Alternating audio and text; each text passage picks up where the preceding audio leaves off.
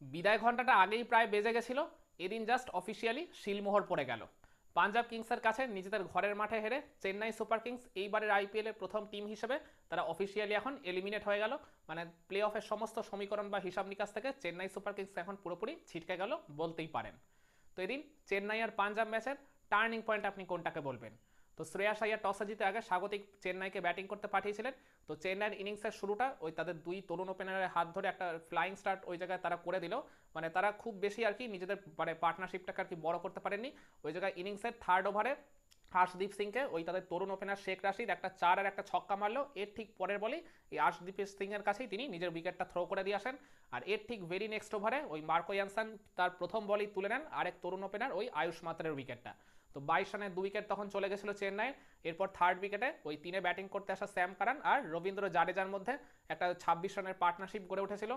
আমার মনে আছে পাওয়ার প্লের একদম লাস্ট ওভারে হারপ্রীত ব্রারকে একই ওভারে তিনটা বাউন্ডারি মেরে জাডেজা তার ইনিংসের একটা বেশ পজিটিভ স্টার্ট করে দিয়েছিলেন। কিন্তু সেই ভালো স্টার্টটাকে তিনি একেবারেই ধরে রাখতে পারলেন না, খুবই আনফর্চুনেটলি। ওই মানে ওভারের ফিফথ বলে তিনি ওই একটা কাট করতে গিয়ে বটম এজের শিকার হয়ে উইকেট কিপারকে ক্যাচ দিয়ে বসেন। তো যার ফলে প্রথম পাওয়ার প্লে 6 ওভার শেষে চেন্নাই স্কোরটা থাকে 3 উইকেটে 48। এরপর ফোর্থ উইকেটে ওই স্যাম কারান আর নতুন ক্রিজে আসা ডেভাল ব্রেভিসের মধ্যে একটা 78 রানের পার্টনারশিপ গড়ে ওঠে। এই জুটিটার উপর ভর করে বলতে পারেন চেন্নাই এই ম্যাচে আবার বেশ ভালোভাবে কামব্যাক করেছিল ওই প্রথম পাওয়ার প্লের মধ্যে 3 উইকেট চলে যাওয়ার পর। স্যাম কারান এদিন তার পুরনো টিমের এগেনস্টে মানে বলতে পারেন একবারে ব্যাট হাতে নতুনভাবে জ্বলে উঠেছিলেন। আর অপরদিকে ডেভাল ব্রেভিস তিনি মূলত অ্যাটাকিং ক্রিকেট খেলে থাকেন, তিনি স্যাম কারানের ওই বিধ্বংসী ইনিংসের জন্য উইকেটের অপর পাশ থেকে তাকে ওই সাপোর্ট দেওয়ার চেষ্টা করছিলেন। তো এই দুই ব্যাটারের হাত ধরে প্রথম 10 ওভারের মধ্যে চেন্নাই তুলে ফেলে 3 উইকেটে 89। এরপর ওই মানে ডেভাল ব্রেভিস তিনি একটা বা দুইটা ওই জায়গায় 4 ছক্কা নেগোশিয়েট করলেও তিনি এরপরে কিন্তু একটা বড় শট খেলতে গিয়ে ওই জায়গায় নিজের উইকেটটা যখন থ্রো করে দিয়ে আসেন তখন ওই জায়গায় সিএসকে স্কোরটা হয়ে যায় 4 উইকেটে 126 মতো। তো এরপর শিবম দুবে ক্রিজে আসেন। তো শিবম দুবে আর ওই মানে স্যাম কারানের মধ্যে আবার একটা 46 রানের পার্টনারশিপ গড়ে ওঠে পঞ্চম উইকেটে। শিবম দুবে জাস্ট 2 রান করে ক্রিজের অপর পাশ থেকে সাপোর্ট দিচ্ছিলেন, মূলত রান তোলার কাজটা করেছিলেন স্যাম কারান। তো স্যাম কারান এই পার্টনারশিপ শুরুর সাথে সাথেই নিজের 50-র গন্ডি টপকে গেছিলেন। 50-র গন্ডি টপকানোর পর স্যাম কারান বলতে পারেন একবারে রুদ্রমূর্তি ধারণ করে পাঞ্জাবের সমস্ত বোলারকে তিনি বেছে বেছে একবারে 4 ছক্কার ফুলজুরিতে ভাসিয়ে দিচ্ছিলেন। তো এদের দুজনের হাত ধরে চেন্নাই স্কোরটা 150 টপকে যায়। তারপর 170-এর গন্ডিও টপকে গেছিল, কিন্তু 172 রানের মাথাতেই স্যাম কারান ওই জায়গায় একটা বড় শট খেলতে গিয়ে নিজের উইকেটটা থ্রো করে দিয়ে আসেন।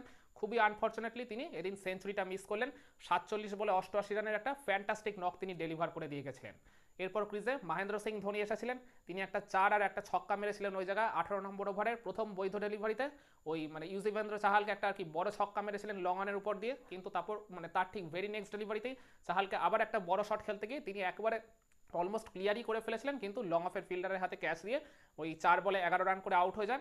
এরপর ওই পার্টিকুলার ওভারে মানে 19 নম্বর ওভারে লাস্ট 3 বলে চাহাল 3 উইকেট তুলে একবারে বলতে পারেন আইপিএল ক্যারিয়ারে তার সেকেন্ড হ্যাট্রিকটা তুলে নেন।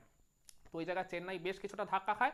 এরপর ওই মানে লাস্ট ওভারের ওই প্রথম 2 বলের মধ্যেই চেন্নাই 190 রানে অল আউট হয়ে গেল পাঞ্জাবের কাছে। এই 191 রানের লক্ষ্যমাত্রা নিয়ে খেলতে নেমে পাঞ্জাবের ইনিংসের শুরুটা কিন্তু বেশ ভালো হয়েছিল ওই প্রিয়ান সারিয়ার প্রভ সিমরান সিং এর হাত ধরে। তো ওই জায়গায় ওপেনিং জুটিতেই তারা তুলে ফেলে 44 রান। কিন্তু এরপর ওই ইনিংসের ফিফথ ওভারে খালিল আহমেদের একটা আর কি চেঞ্জ অফ পেসের স্লোয়ার বাউন্সারে বলতে পারেন ওই জায়গায় আর কি মানে একটা লিডিং এজের শিকার হয় মহেন্দ্র সিং ধোনির হাতে ক্যাচ দিয়ে আউট হয়ে গেছিলেন এই প্রিয়ান সারিয়া। কিন্তু এরপর সেকেন্ড উইকেটে ওই মানে ক্রিজে আগে থেকে সেট হয়ে যাওয়া প্রভ সিমরান সিং আর তিনে ব্যাটিং করতে আসা তাদের ক্যাপ্টেন শ্রেয়াস আইয়ারের মধ্যে একটা 72 রানের পার্টনারশিপ গড়ে ওঠে। এই পার্টনারশিপটাই বলতে পারেন মূলত পাঞ্জাবকে আর কি মানে জয়টা অনেকটাই নিশ্চিত করে দিয়েছিল। দুই ব্যাটারি তাদের স্বভাবসিদ্ধ ভঙ্গিতে মানে একেবারে চালিয়ে ক্রিকেট খেলছিলেন। শ্রেয়াস আয়ার শুরুর দিকে আর কি মানে কিছুটা সাপোর্টিভ রোল প্লে করলেও প্রভ সিমরান সিং কিন্তু তিনি একেবারে বলতে পারেন ওই 4 ছক্কার একেবারে ফুলজুরিতেই ভাসিয়ে দিচ্ছিলেন চেন্নাইয়ের বোলারদের। তো ওই জায়গায় আমার মনে আছে 11 নম্বর ওভারের একদম শেষ ডেলিভারিতে একটা 4 মেরে ওই জায়গায় আর কি মানে নিজেদের মানে স্কোরটাকে 100-র উপর নিয়ে গেছিলেন এই পাঞ্জাব কিংস। তারপর মানে প্রভ সিমরান সিং নিজের হাফ সেঞ্চুরিটা তুলে নিয়েছিলেন। কিন্তু এরপর নূর আহমেদের ওই মানে মানে 13 নম্বর ওভারে ইনিংসে মানে প্রভ সিমরান সিং কিন্তু একটা বড় শট খেলতে গিয়ে ওই শর্ট থার্ড ম্যানে ফিল্ডিং করা ওই মাথিসা পাথিরানাকে একটা ক্যাচের সুযোগ দিয়ে দিয়েছিলেন। কিন্তু ওই জায়গায় মানে পাথিরানা ওই সহজ ক্যাচের সুযোগটা গ্র্যাব করতে না পারলেও এর ঠিক 2 বল পরে ওই সেম ওভারেই নূর আহমেদকে একটা বড় শট খেলতে গেলেন এই প্রভ সিমরান সিং স্লক সুইপে ওই মানে ডিপ স্কোয়ার লেগ দিয়ে। কিন্তু ওই জায়গায় মানে ফিল্ডিং করা ডেভাল ব্রেভিস আর কোনো রকম ভুল করলেন না। তো যার ফলে প্রভ সিমরান সিংকে ওই 54 রান করে প্যাভিলিয়নে ফিরতে হয়। আর এরপর ওই নেহাল ওয়াধেরা ক্রিজে আসেন। নেহাল ওয়াধেরা আর এই মানে শ্রেয়াস আয়ারের মধ্যে একটা 20 রানের পার্টনারশিপ মতো গড়ে উঠেছিল, কিন্তু নেহাল ওয়াধেরা একটা 4 মেরে ভালো শুরু করলেও নিজের ইনিংসটাকে তিনি বড় করতে পারলেন না। ওই জায়গায় তাকে একটা চমৎকার একটা ক্যাচে ফেরান ওই জায়গায় আর কি ব্যাকওয়ার্ড পয়েন্টে ফিল্ডিং করা রবীন্দ্র জাডেজা। এরপর ওই মানে 4th উইকেটে ওই ক্রিজে আগে থেকে সেট হয়ে যাওয়া শ্রেয়াস আয়ার আর ওই ক্রিজে নতুন আসা শশাঙ্ক সিং এর মধ্যে একটা 44 রানের পার্টনারশিপ গড়ে ওঠে। শ্রেয়াস আয়ার তখন ওই জায়গায় নিজের হাফ সেঞ্চুরিটা কমপ্লিট করে নিয়েছিলেন। এই দুই ব্যাটার যখন আর কি ব্যাটিং করছিলেন তখন মানে তারাই বলতে গেলে মূলত পাঞ্জাবকে জয়ের দোরগোড়ায় অলমোস্ট পৌঁছে দিয়েছিল। এই জুটিটা যখন ভাঙলো তখন পাঞ্জাবের স্কোর অলরেডি 180তে পৌঁছে গেছে। মানে ওই জায়গায় আমি বলবো ওই মানে শশাঙ্ক সিং যখন গিয়ে একটা বড় শট ক্লিয়ার করতে গেলেন ওই ডিপ স্কোয়ার লেগ দিয়ে, ওইখানে ফিল্ডিং করা ডেভাল ব্রেভিস একটা অসাধারণ রিলে ক্যাচে, মানে রিলে ক্যাচ নিতে তো মিনিমাম অন্তত দুজন লাগে, কিন্তু এই জায়গায় ডেভাল ব্রেভিসকে একাই ক্রেডিট দিতে হবে। তিনি যেভাবে আর কি মানে দুবার আর কি বাউন্ডারি লাইনের এপার ওপার হয়ে আর কি ক্যাচটাকে লুফলেন, অসাধারণ, মানে কোনো প্রশংসাই যথেষ্ট নয়। তো যাই হোক, শশাঙ্ক সিং ওই জায়গায় একটা বেশ কার্যকরী ইনিংস খেলে তিনি ওই জায়গায় আউট হয়ে গেছিলেন। কিন্তু এরপর ওই 18 নম্বর ওভারে শ্রেয়াস আয়ারকে আর কি মানে একেবারে একটা চমৎকার ইয়র্কারে মানে বোল্ড করে দেন মাথিসা পাথিডানা। তো শ্রেয়াস আয়ারও 72 রান করে তিনিও মানে দলের জয়টা অলমোস্ট নিশ্চিত করে দিয়ে আউট হয়েছিলেন। কিন্তু ওই জায়গায় মানে নাটকটা বাকি থাকে ইনিংসের একদম লাস্ট ওভার পর্যন্ত, যখন মনে হচ্ছিল পাঞ্জাবের জিততে আর 1 বল মতো লাগবে, তখন ওই জায়গাতে একদম লাস্ট ওভারের সেকেন্ড বলে ওই সুরিয়ান শেখরের উইকেটটা ওই জায়গায় তুলে নিয়েছিলেন খালিল আহমেদ। এরপরে মানে ওই লাস্ট ওভারের থার্ড বলটাও আর কি ডট হয়ে গেছিল মার্কো জ্যানসনের, কিন্তু ওই 4th বলে ওই একটা আর কি মানে আউটসাইডে যে শিকার হয় ওই জায়গায় আর কি বাউন্ডারি হয়ে গেছিল। তো যার ফলে মানে 2 বল বাকি থাকতেই পাঞ্জাব এই ম্যাচটা জিতে গেল ওই 4 উইকেটের ব্যবধানে। তাহলে এবার প্রশ্ন আসতে পারে এই চেন্নাই পাঞ্জাব ম্যাচের টার্নিং পয়েন্ট আপনি কোনটাকে বলবেন?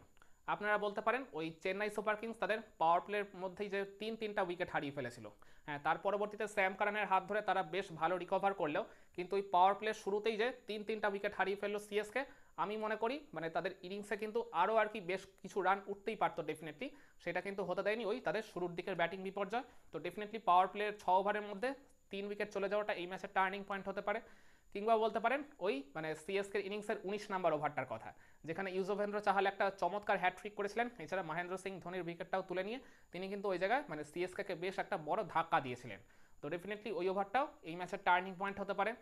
কিংবা বলতে পারেন ওই পাঞ্জাব কিংসের ইনিংসের ওই সেকেন্ড উইকেটে প্রভ সিমরান সিং আর শ্রেয়াস আয়ারের মধ্যে যে 72 রানের পার্টনারশিপটা গড়ে উঠলো, এই জুটিটাই বলতে গেলে মূলত পাঞ্জাবকে ওই জয়ের প্ল্যাটফর্মটা পুরোপুরি সেট করে দিয়েছিল।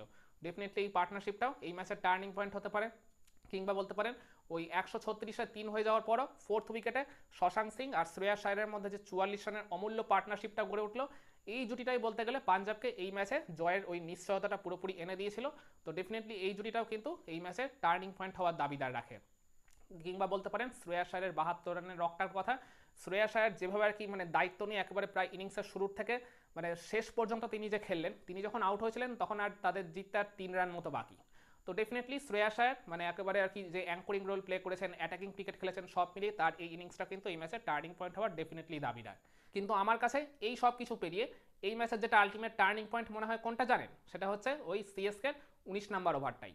যে ওভারটা তিনি শুরু করেছিলেন ওয়াইড দিয়ে, তারপর প্রথম বৈধ ডেলিভারিতে মহেন্দ্র সিং ধোনির কাছে একটা বিশাল ছক্কা খেয়ে যাওয়ার পরও তার ঠিক ভেরি নেক্সট ডেলিভারিতেই ধোনিকে তিনি যেভাবে মাইন্ড মানে গেম খেলে আর কি উইকেটটা তার তুললেন, আর তারপর ওই ওভারে লাস্ট 3 বলে তিনি একবারে পরপর 3টা উইকেট তুলে মানে আইপিএল ক্যারিয়ারের সেকেন্ড হ্যাট্রিক করলেন।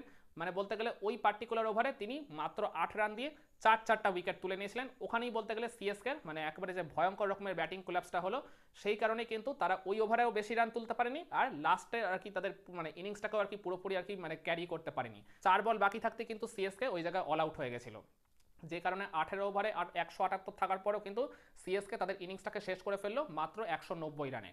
ওই ব্যাটিং কোলাপসটা যদি না হতো পার্টিকুলারলি ওই 19 নাম্বার ওভারে, আমি স্টিল ফিল করি সিএসকে কিন্তু তাদের স্কোরটাকে 200-র উপর নিয়ে গেলেও যেতে পারতো।